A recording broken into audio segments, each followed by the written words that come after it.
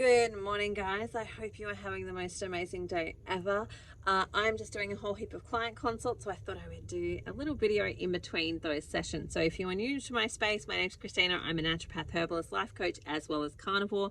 And this is a space where I actually teach and share my own personal story. So in my vlogs, I'm sharing my own personal story, as well as teaching some of the information that I have learned over the last, couple of decades of being in the space of health.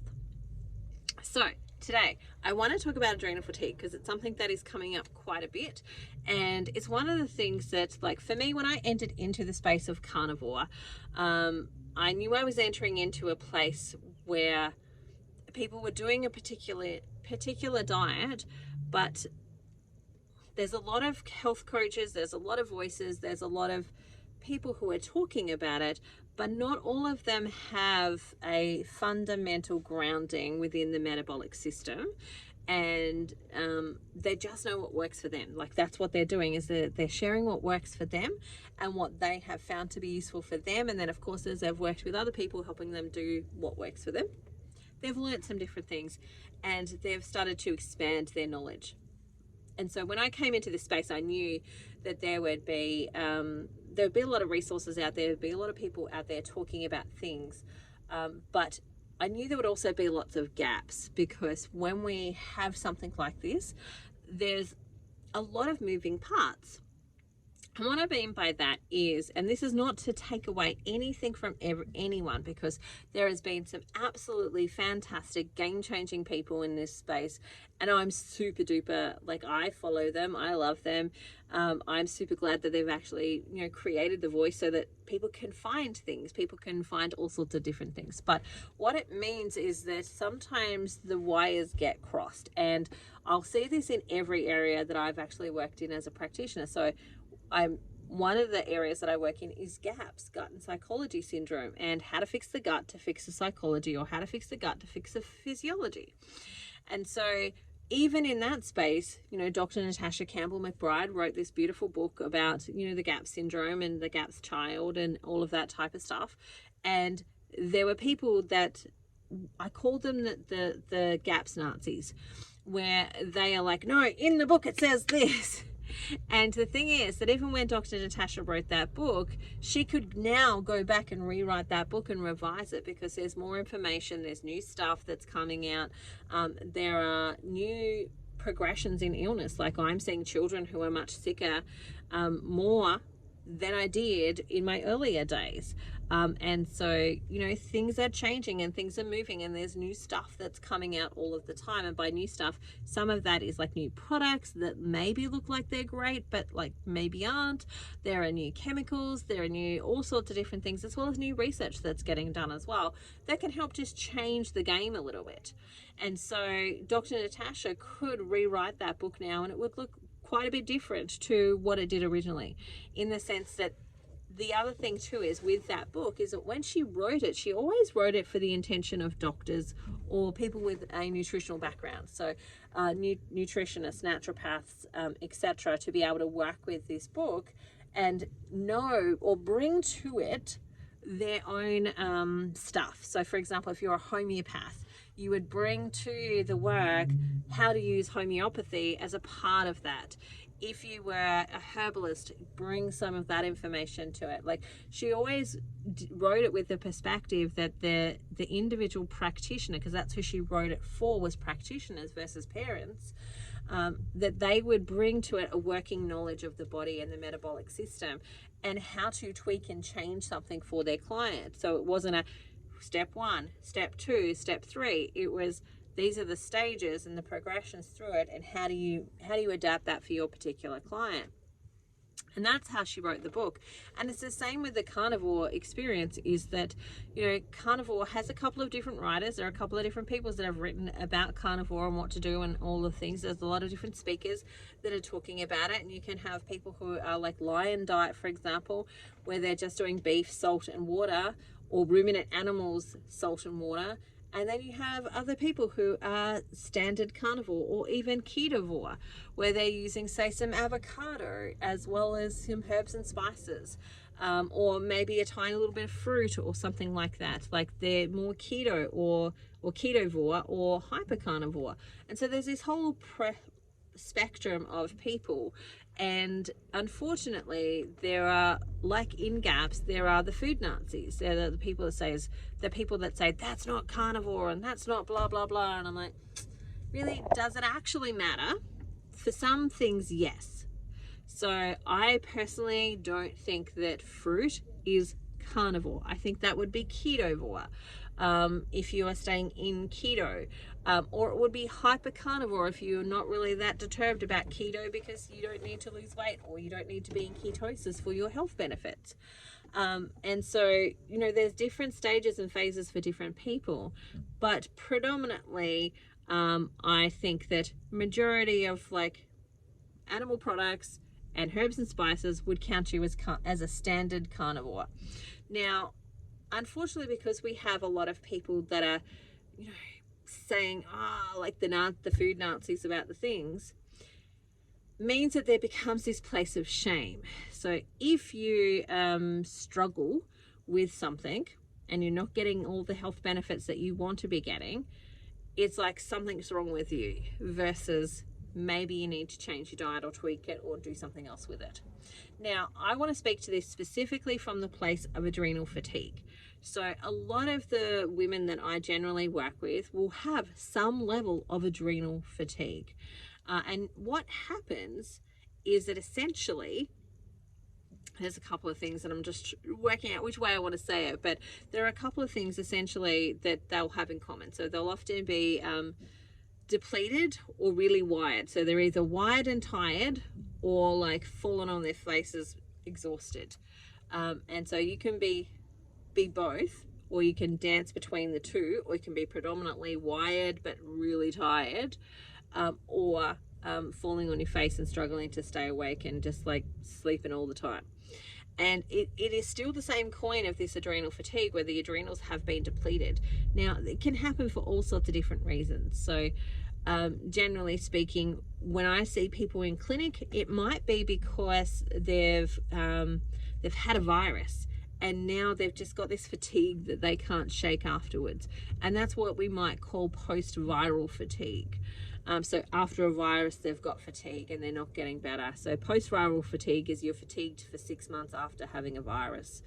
And then chronic fatigue is you've got to be tired again for 6 to 12 months before you get the diagnosis of chronic fatigue syndrome, etc. But by the time you've got post-viral fatigue or you've got chronic fatigue, you've already had adrenal depletion for most likely, a good 10 years before that. Even more. So for example, adrenal fatigue can come from all sorts of different spaces, but it's anywhere where your body has needed to use adrenaline to keep you going.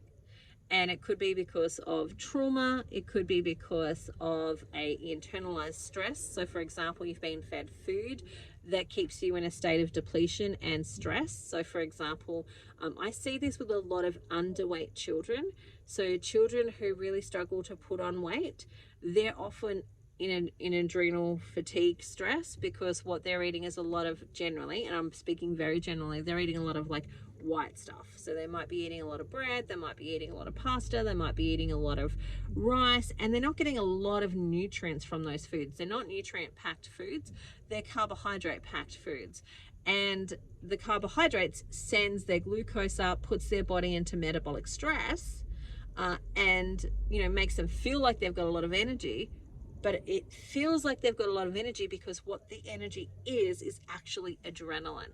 It's not actually core energy that they've actually been able to congruently make themselves. It's adrenaline that's been pumping out of their adrenal systems. And they're often really attracted to these white foods or high processed or high carbohydrate foods, because they actually are kicking the adrenals and making them pump out some adrenaline.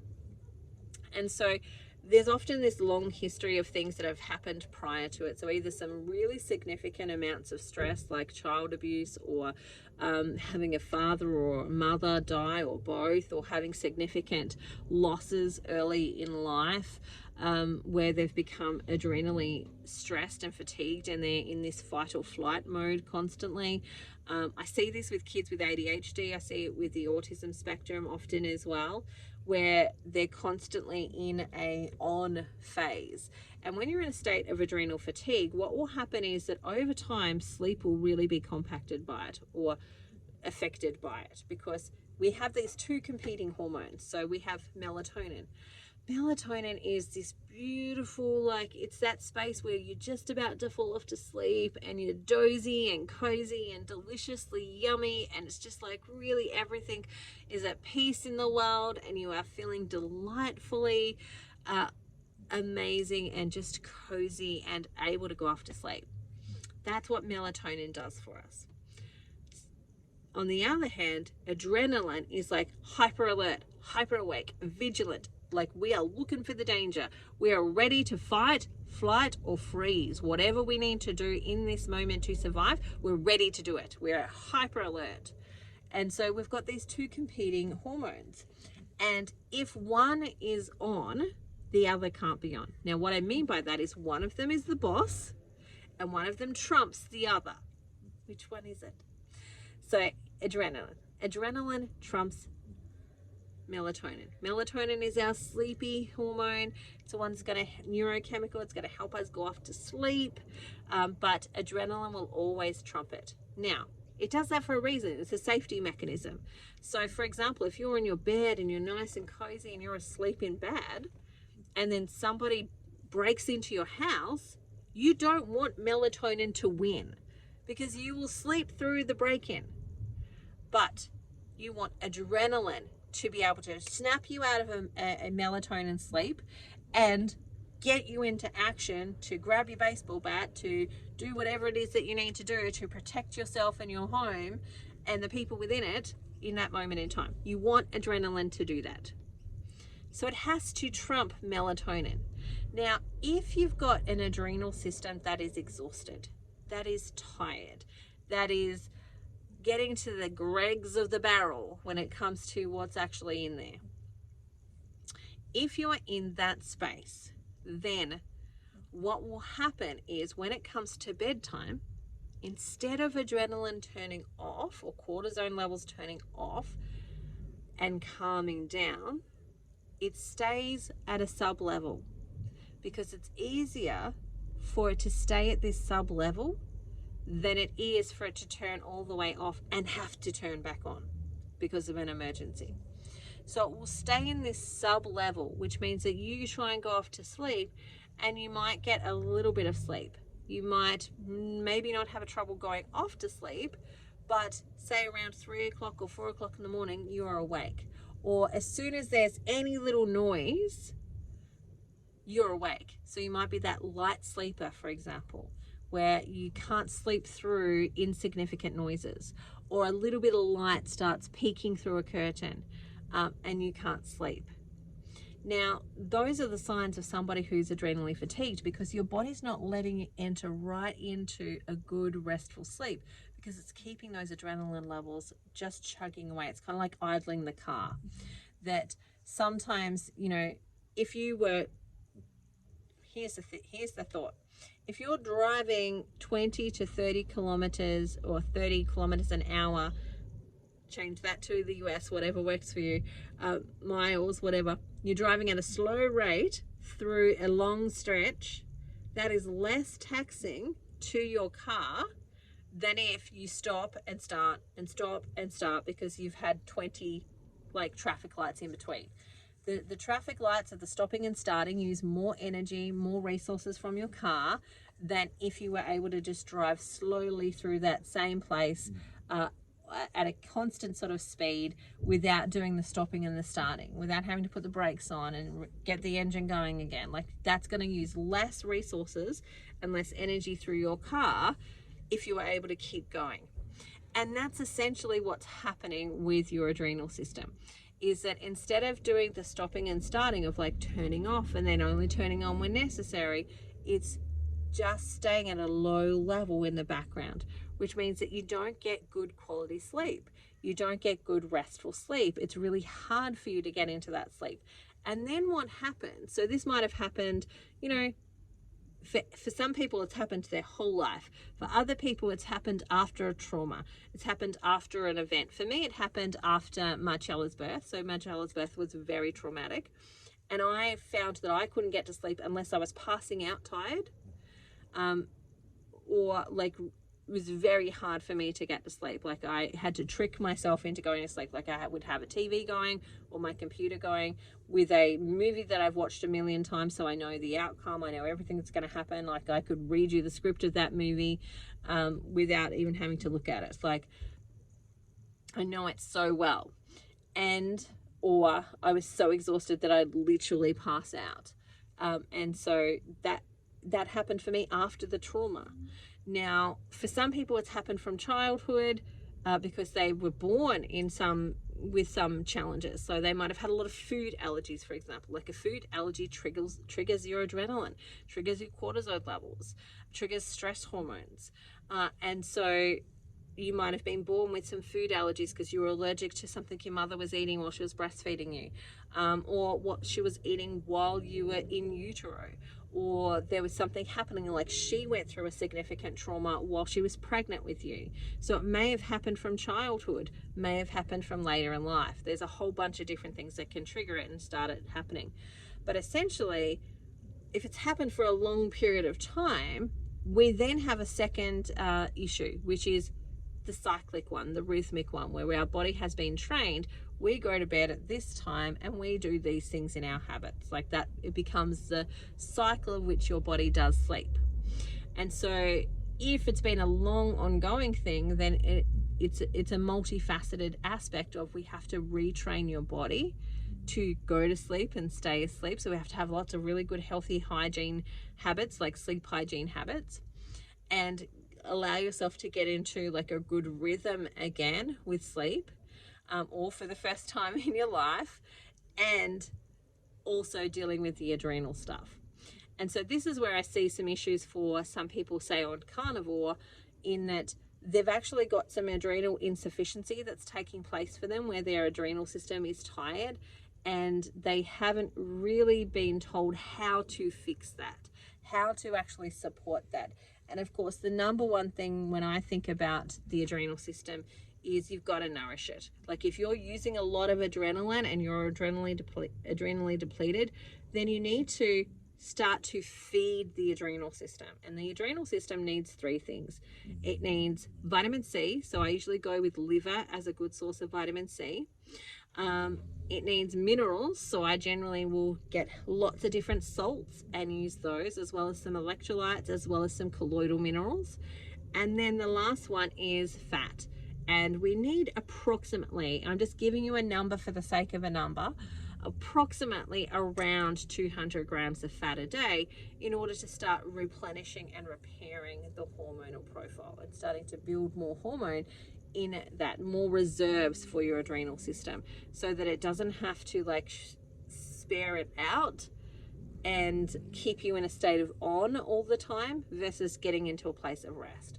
Now, you can try and buy things like melatonin to help you sleep. You can use sleeping tablets to help you sleep, but ultimately you're not actually going to get the results of sleeping until we really can restore that adrenal system and that adrenal sufficiency. There are some herbs that I use occasionally with some clients to help them to lower down their cortisol levels at nighttime, which is like withithania or ashwagandha. Is what you might know it as. And I like to use a herbal brew. So I'm going to brew the tea versus taking a supplement, because there's fillers in everything. And so I like to actually buy the loose leaf, it's kind of the best way to describe it, and brew it as an actual tea, and then get people to have that, and starting with a really small amount and then expanding it and increasing it over time. But that on itself is not going to work, again, if we don't fill the cup up, we don't feed it. Now, the other things we can do is start to practice things like breathing, where we really calm down our nervous system. And yawning is another good one. So deep breathing, where we're calming down our nervous system. Yawning, where we're expanding and we're actually hitting that vagus nerve and getting the vagus nerve to calm down and send a message. Singing and humming can be things that do that as well. But really calm down the nervous system. The other thing that we can do is some tapping. So if you haven't done any of the emotional freedom technique, there's loads and loads of videos on YouTube about EFT, which is the emotional freedom technique, where we just tap on some of the things that might actually be worrying us, and start to get some good messages in there as well. So that's another tool that I like to use with people to get them to calm their nervous system a little bit. But it really, for me, first starts with feeding that system. And the thing is that when I look at carnivore as a whole diet, I see it in different phases, in the sense of, if you're in an adrenal depleted phase, there are specific things that you're going to need to do to actually replenish it. And one of them is not non-food fasting. So for example, if you're adrenally depleted, having a water fast is probably one of the worst things you can do. Doing some intermittent fasting, in the sense of like cutting out breakfast, again, is probably one of the worst things you can do, because what you're doing is you're stressing your metabolic system to the point where it's already stressed. It's already got this message that there is war or famine or some type of catastrophe happening. And it's already in this hyper vigilant, hyper flight space. And we don't want to stress that even more.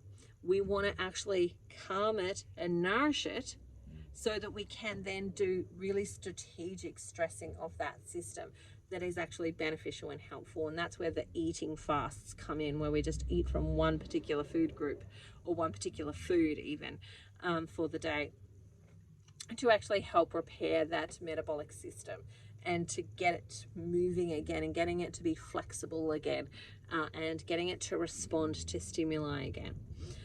But unfortunately, that's not necessarily something that's talked about a lot. So when I'm talking about the phases, I'm like, there's that adrenal phase that some people are in. There is the thyroid phase that some people are in. And majority, because of that's who I work with, is women majority. That doesn't mean I don't work with men, I definitely do. But the bulk of my clients are coming in from that female perspective. For them, they actually need to get into the practice of having even something light for breakfast, because they've shut down their metabolic system a little bit. They've taught their metabolic system that they're going into starvation, and so they actually need to go into overfeeding for a little bit to get it out of this scarcity mentality and this scarcity space, to build it up so that you can then get the gears moving again. So that's something that I wanted to come and explain, because I'm seeing a lot at the moment, and I don't think enough people are talking about it. I don't know, I don't feel like there's enough voices talking about some of the issues that people might have on carnivore. And it's not that carnivore created the issues, it's often that carnivore has made the issues like come to light. And if you don't know that that's what's happening, you might go, well, not even this works for me. I'm broken, there's something wrong with me, or that didn't work. But often it's that we don't understand the mechanisms that are required to get things to work. And we have to play around with it, and we have to work it out, because not everybody is exactly the same. Like, not every adrenal fatigue patient that I have is going to have the exact same scenarios that are taking place, and therefore don't need the exact same things. Because some of them, for example, I've mentioned with Athenia or ashwagandha, it's the same plant, it's just got two different names. Some people actually can't do that because it is from the nightshade family, and they actually have some allergies to it. So they can't do that. We've got to look at other things that might actually be helpful for them to actually calm their nervous system. And that might be things like a weighted blanket. So having a weighted blanket on your bed at night to help give you that pressure and that sensation, which actually releases endorphins when there is some pressure on you, and some serotonin, as well as some dopamine that just kind of calms you. They might need to do some massage so they can get their oxytocin actually releasing, or just like, you know, especially if they're single, if they're not in a relationship, or they're in a relationship with low touch, then they might need to engage in massage or something that's going to help them get serotonin actually and oxytocin, you know, moving through their system again, so that we can bring up these chemicals that allow your body to go, oh, I feel really good, I'm relaxed, and so on. You know, there might be some things that we need to do from a sleep hygiene perspective where, you know, for me, I've found traveling really easy to do this because as the sun goes down, I don't like lights on. I never really have enjoyed lights on. So as soon as the sun starts to go down, I'm crawling into my tent and going off to bed. But if you're in a home where the lights are on and they're really bright, then that can be challenging. I know for some people what they do is they have one light on in their house and the rest are amber lights. So they've got either a yellow or an orange sort of globe in them so that they can see enough to not bang into things, but not so much that they're like waking and keeping their systems alert and awake. So we've got to play around with some of the different strategies to help different people because we're all slightly different, and that's what we need to be talking about a little bit more in this space as well. So there's my info on adrenal fatigue. There's always more, of course, but 25 minutes, so I think I probably should stop talking and let you get back to it. If you do have any questions or you want to come and see me for an appointment, I'll put the link below, and I look forward to chatting with you again soon. Bye for now. See you next time.